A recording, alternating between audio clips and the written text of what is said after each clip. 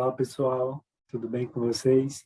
Sejam bem-vindos à nossa quinta aula da disciplina de Agência de Viagens e Operadoras Turísticas, em que nós iremos falar a respeito da estrutura funcional e de como é que se dá a abertura dessas empresas. Muito do que a gente vai ver aqui nessa aula já foi, de certa forma, discutido e vai ser uma espécie de resgate do que nós vimos na disciplina de Administração aplicada ao turismo e à hotelaria, que foi comigo também, mas são conceitos que precisam ser ressignificados, até porque nós vamos aplicar para uma área específica do turismo. Então, hoje a nossa aula ela vai tratar basicamente de como é que se dá a abertura de uma empresa, como é que se dá a concepção de um plano de negócios, quais são os tipos de empresas na área de segmentos de viagens, de agenciamento, e nossa aula vai culminar a partir dessa perspectiva. Então, eu vou aqui abrir o nosso material de exposição.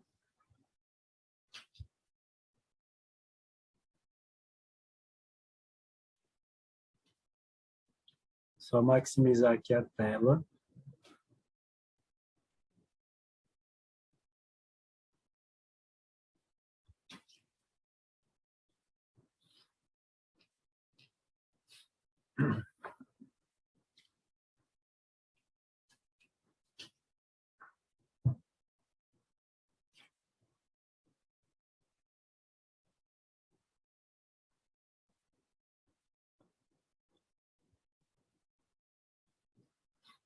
Só um instante, o pessoal está dando uma travada aqui no notebook.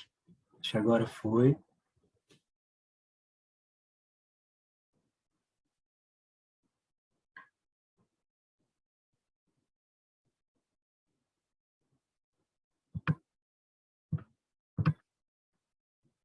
Não sei se para você está aparecendo, para mim não está. Está aqui, agora foi.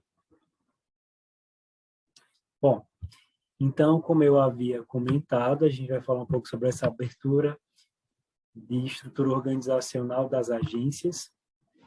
E, então, basicamente, nossa aula está estruturada a partir de dois pontos principais. Nós já sabemos o conceito de uma agência de viagens e de uma agência de viagens e turismo, ou operadora turística. E então a gente vai trazer um pouco esse conceito, mas não focando especificamente nele, mas vendo uma perspectiva mais de gestão, que é o outro lado da aula, em que nós iremos detalhar plano de negócios, como é que se dá a gestão, como é que tem que ser a gestão de uma empresa desse segmento de turismo. Pois bem, para que nós possamos constituir uma agência de viagens, é importante que o candidato a empresário ou empreendedor ele faça um estudo aprofundado das potencialidades e que tenha esse foco da gestão. Que tipo de negócio é esse? Nós já sabemos que o nosso negócio é na área de agenciamento. O que uma agência precisa para poder se constituir? Além de estrutura física, de capital humano, de equipamentos, de parcerias, de computadores, de softwares nesses computadores para poder desenvolver as suas práticas operacionais, mas que outros elementos potencializam esse segmento. É importante que nós, enquanto futuros empresários, nós conheçamos com aprofundamento como é que se dá esse negócio e essa gestão desse negócio. Então, é interessante que se conheça pessoas que trabalham no segmento para que elas possam não dar ali a receita, mas falar de suas experiências para que nós possamos aprender com elas também. O outro ponto que Pelizer destaca é o plano de negócios, o tão conhecido plano de negócios, que ele vai fazer o quê? Ele vai dar essa viabilidade do empreendimento. Eu até boto como paralelo que vocês lembrem do Canvas. O Canvas é uma ferramenta mais simplificada e que também trabalha com esse estrutural de ordenamento de informações como plano de negócios, mas de forma mais objetiva. Outro ponto também que tem que ser considerado para essa constituição da agência são os processos legais, ou seja, o contrato social Nesse contrato social vai estar regido quem são os sócios, o local onde fica a empresa, o tipo de atividades que vão ser desenvolvidas e todas as informações relacionadas a essa sociedade, como ela vai se dar. Bom, já especificamente falando do plano de negócios, nós iremos, segundo Dornelas, estabelecer um plano de negócios. Existem autores diversos que falam sobre plano de negócios, o próprio Sebrae também estrutura o plano de negócios de uma maneira, mas o que a gente percebe na literatura é que a estrutura ela é muito similar. Então, o que nós pegamos como base de Dornelas é a seguinte: a capa, que é onde você vai contemplar o nome do negócio, o tipo do negócio, em que vai estar descrito essas informações básicas. O sumário vai estar toda a estrutura de como é que vai se dar o negócio em si, em relação não só ao negócio, mas os elementos que vão fazer parte, que vão integrar a estrutura desse plano de negócios, ou seja, o sumário executivo, planejamento estratégico do negócio, e por aí vai. O sumário executivo, ele vai contemplar os elementos relacionados à execução desse plano de negócios. Então, é a partir do sumário executivo que nós vamos ter uma percepção de como é que se vai dar essa execução.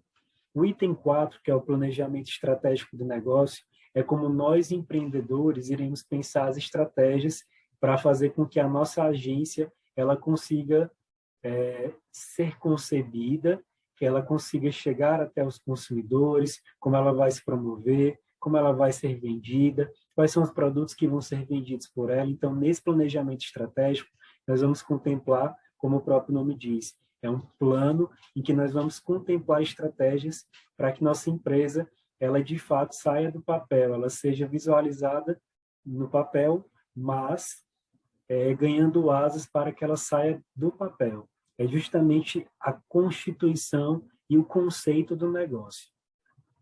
No item 5, nós vamos descrever a empresa, falando basicamente de endereço, nome da empresa, nome fantasia também é uma informação importante que cabe aqui para que a gente compreenda nessa descrição da empresa o que essa empresa, com que essa empresa vai trabalhar e como ela vai se desenvolver, quando ela surgiu, quantos sócios fazem parte dela.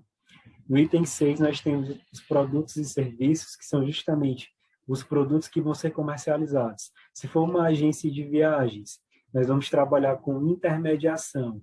Então, nós vamos intermediar o quê?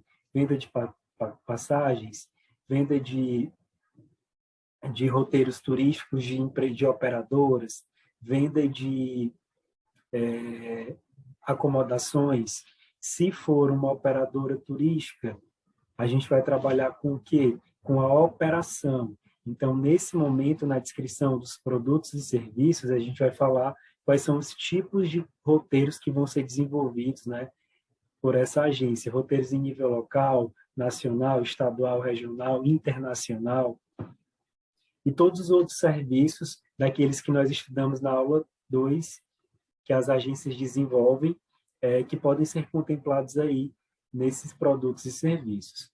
No item 7, a gente vai fazer uma análise de mercado, que é justamente visualizar, considerando o mercado que a nossa empresa vai se localizar, quais são os possíveis pontos, né, de concorrentes, os pontos fortes, os pontos fracos, as oportunidades e as ameaças que vocês já viram também na análise SWOT, e nessa análise de mercado a gente consegue visualizar se a nossa empresa, quem são seus concorrentes diretos e por que são concorrentes diretos, como isso pode influenciar na rentabilidade e lucratividade da nossa agência.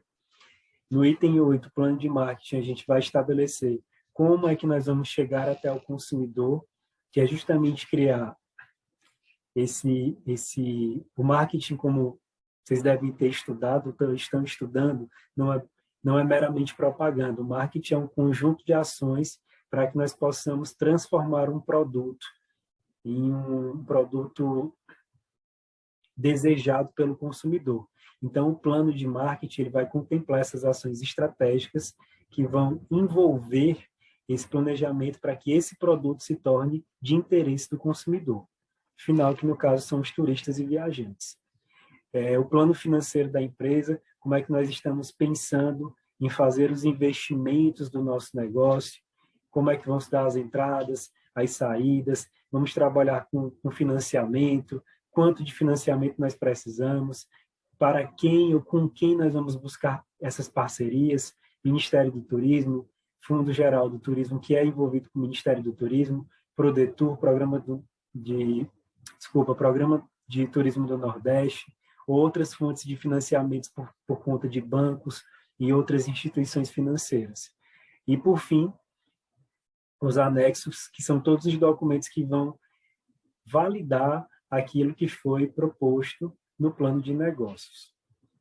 Feito essa reflexão breve, se vocês quiserem ter um aprofundamento maior, eu sugiro que façam a leitura do capítulo 6 da nossa disciplina, que ele traz de forma mais descrita o plano de negócios. Bom, e aí a gente também precisa pensar no contrato social. Esse contrato social ele é entendido como a certidão de nascimento da empresa, onde vai conter as informações principais sobre o negócio e do negócio. E que informações são essas, professor? Quem são os sócios cotistas, que tem que ser no mínimo 2, segundo o contrato social. O capital social da empresa, que vai envolver quanto de capital cada sócio investiu, né? Se for mais de um sócio, aliás, se forem mais de 2 sócios, quanto de percentual tem cada um deles nesse capital. A razão social, contendo a referência da atividade. A razão social é justamente o nome da empresa, acompanhada de limitada, dizendo que essa empresa ela é uma empresa que tem uma razão social e que é uma empresa limitada, que vai fazer com que futuramente, caso a empresa venha à falência, que é o que a gente não espera, os sócios eles não fiquem endividados. O local de sede dessa empresa, o endereçamento também precisa constar, rua, bairro, endereço completo, né, CEP. E em relação também à questão do objeto social, detalhando as atividades desenvolvidas e a estrutura funcional. Então, esse objeto social ele vai envolver justamente quais são as atividades que a agência vai desenvolver. Se for uma operadora, vocês já sabem que é a operação, se for uma agência de viagens, é a intermediação. E vão lembrar de todas aquelas atividades que já foram apresentadas nas aulas anteriores. A estrutura funcional vai estabelecer como é que se dá a hierarquia dessa empresa. Tem uma diretoria, a partir dessa diretoria nós temos o quê? Nós temos uma equipe de comercial, uma equipe de marketing, uma equipe de financeiro, de jurídico, enfim, é a estrutura funcional, é o organograma funcional dessa empresa. A data de início de funcionamento, de quando ela vai iniciar as atividades, a administração legal da sociedade, quem de fato vai se responsabilizar dos sócios, que vai dar o seu nome para essa empresa, pode ser, enfim, o nome de um sócio, ou um nome em comum acordo entre esses sócios, e também a questão do prolabore, que é o salário dos sócios, quanto eles vão tirar em cima do faturamento dessa empresa, e também a questão de contabilidade, como é que vai se dar essa contabilidade dessa empresa. É importante que a gente entenda, segundo Pelizer, que a partir do momento que se faz o contrato social, os procedimentos que devem ser seguidos são os seguintes. O empresário ele vai à junta comercial, logo em seguida ele vai à Receita Federal para poder ter acesso ao seu CNPJ. Não sei se é do conhecimento de vocês, acredito que sim. Hoje em dia nós temos a facilidade de ter acesso ao CNPJ sem precisar, por exemplo, buscar a Receita Federal através do microempreendedor individual. Existe o portal do MEI, que é o portal do microempreendedor individual. Tem várias atividades que se enquadram dentro do MEI. Não lembro bem se agente de viagens se enquadraria, mas é interessante que vocês pesquisem para ver se futuramente vocês podem abrir uma agência enquanto MEI, pagando um valor muito mais acessível do que como ME. E, por fim, também é necessário que a empresa de agenciamento ela tenha o cadastro, que é o cadastro de prestadores de serviços turísticos do Ministério do Turismo. Ele é obrigatório para essas empresas. Além das agências, vamos ver se a gente lembra aí, tem os meios de hospedagem, os acampamentos turísticos, os parques temáticos, as agências e as empresas que trabalham com transporte turístico. São as empresas que precisam obrigatoriamente ser cadastradas junto ao Cadastro. E aí eu já dou até assim uma sugestão de pesquisa para vocês. Entrem no site do Cadastro e pesquisem quantas empresas de agência de turismo existem nos municípios em que vocês residem, e aí vocês vão conseguir ver a partir das que são cadastradas no Cadastro. Beleza? Eu acho que é uma oportunidade que vocês têm de conhecer se existem agências no município que vocês residem e se elas são cadastradas. Já falando especificamente sobre a questão da estrutura organizacional e funcional, conceitualmente, Pelizer diz que são um conjunto de ferramentas, ações de gestão que caracterizam a empresa com relação ao seu funcionamento. E aí essa estrutura ela vai se dar a partir da departamentalização, que são os departamentos criados para que nós possamos aí alocar da melhor forma possível cada atribuição e atividade dessa empresa para as equipes de responsabilidades por essas atividades. Então, nós temos aí uma divisão de departamentalização simples, administrativo-financeira e 2, comercial, sendo que a administrativo-financeira ela envolveria o quê? A gestão estratégica, fiscal, contábil, de pessoal, financeira e jurídica. Então, vejam, nessa estrutura de departamento, a gente tem uma série de funções de assessoria, ou abaixo ou dentro desse organograma, em que vão ser contempladas essas ações administrativo-financeiras. Já na estrutura comercial, nós podemos ter gestão de marketing, de vendas e atendimento, contas e de operação, que assim como a primeira, vai ter a mesma lógica. É uma grande área que vai envolver outras que têm relação e correlação com a área comercial. Certo, gente? Então, aqui, só para a gente poder elucidar, que é um exemplo de organograma, que nada mais é do que uma representação gráfica da estrutura de uma organização, que permite a percepção hierárquica, a hierarquia, quem vem primeiro, quem vem depois, quem vem abaixo, né? Quem está ali como se fosse uma espécie de pirâmide, e das relações de comando e subordinação. Segundo Pelizer, ele aponta aí 4 tipos de organogramas: o clássico, o setorial, de barras, o radial, 5, e o alfenor. A gente aqui demonstra com exemplo o organograma clássico, em que nós temos o conselho administrativo, logo em seguida a assessoria jurídica, e abaixo dela nós temos as diretorias de RH, financeira e comercial. Então, é só para a gente entender a funcionalidade desses departamentos estabelecidos a partir de organogramas. Nós também temos os fluxogramas, que eu não demonstrei aqui, mas é uma maneira que temos de detalhar como é que são feitas as tarefas dentro de cada um desses departamentos, no organograma, ou dentro da empresa, ou ali expresso para os funcionários e colaboradores da empresa, essa relação e essas relações de operações de cada departamento.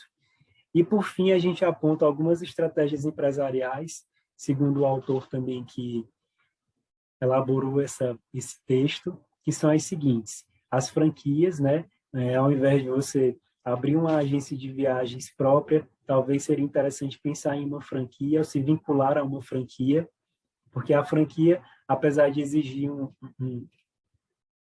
valor inicial de investimento relativamente alto, dependendo dessa franquia, você consegue ter know-how e facilidades para operar alguns destinos que uma agência pequena talvez não conseguiria. Redes ou cadeias internacionais, que seriam essas parcerias voltadas mais para a questão de você se vincular a uma empresa que já tem um nome internacional, que já é conhecido internacionalmente, o Code Share e o Joint Venture também, que são outras possibilidades de estratégias empresariais, ambas vinculadas mais para essa relação do agenciamento com a aviação, mas vejam que são estratégias, além dessas, nós poderíamos citar outras, mas é interessante que você, enquanto empresário, perceba aquilo que realmente faz sentido para o negócio que você quer estabelecer. Então, pessoal, na aula de hoje, nós falamos sobre essas estratégias empresariais, nós também abordamos todos esses elementos voltados para como é que se faz a concepção de um plano de negócios. Eu espero que tenha ficado claro para vocês. Qualquer dúvida, entre em contato, deixem comentários aí no nosso canal no YouTube e a gente se vê na nossa última aula. Até mais, gente!